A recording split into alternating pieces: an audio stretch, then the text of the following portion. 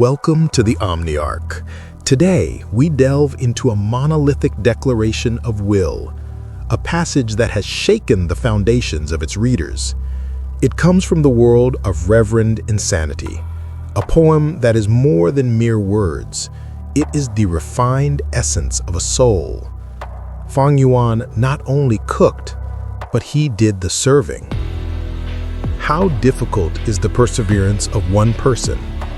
All of the Gu immortals here could answer that question, because among them, some persevered because of responsibility, some persevered because of hatred, some persevered because of excitement, and some persevered because of love. And Fang Yuan's answer? He was still expressionless. He continued to move forward relentlessly. I had once screamed. Gradually, I lost my voice.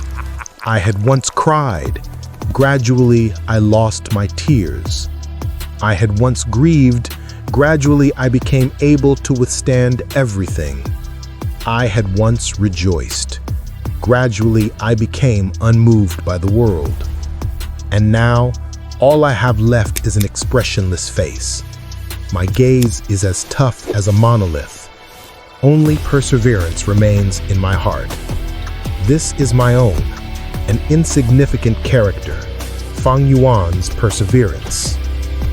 That was Fang Yuan's perseverance monologue, a defining moment delivered during the harrowing climax of the Reverse Flow River arc. The thesis of our analysis today is simple. This passage achieves an unparalleled greatness in fiction. It does so not just through its emotional weight, but by flawlessly weaving together a sophisticated rhetorical structure, a radical philosophical core, and a narrative setting that physically proves every single word. Let's first break down its rhetorical architecture. The poem's power lies in its calculated, systematic structure. The repeated phrase, "I had once," "gradually I," creates a powerful rhythm, a cadence that mirrors the relentless grinding of time and self-overcoming. This isn't an emotional outburst, it's a clinical report. Fang Yuan is metaphorically refining himself. The process happens in two distinct phases. First, the loss of external expression. His screams become silence, his tears run dry. This is the nullification of outward pain. Second, the loss of internal reaction.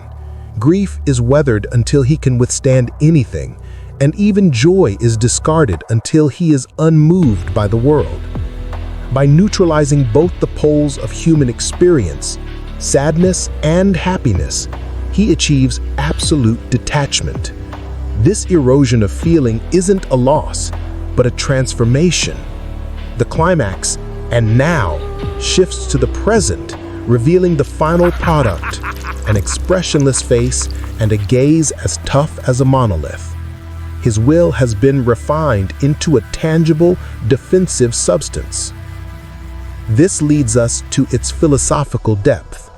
The poem is a chillingly practical blueprint for Nietzsche's Übermensch, or overman. Fang Yuan confronts the nihilistic idea that life is meaningless by becoming unmoved by the world. But instead of despairing, he responds with an ultimate expression of the will to power, the singular, self-created goal of eternal life. The emotions he sheds, love, hate, joy, grief, are seen as weaknesses, liabilities in the face of eternity. His 500 years of recursive life as a regressor serve as a literal test of Nietzsche's eternal recurrence. He has lived through immense trauma and struggle, and his perseverance is his ultimate affirmation, his yes to living it all again without change in pursuit of his goal. When he calls himself an insignificant character, it isn't false modesty. It's a statement of radical clarity, measuring himself not against other immortals, but against the cosmic scale of heaven's will and fate itself. And finally, and most critically, is the narrative proof. The poem is not delivered in a quiet room. It is declared internally, while Fang Yuan physically struggles against the current of the reverse flow river, a metaphysical force that represents the weight of the past in destiny. While rank 8 Gu immortals and paragons of love and hatred are swept away, Fang Yuan moves forward. His action validates his words.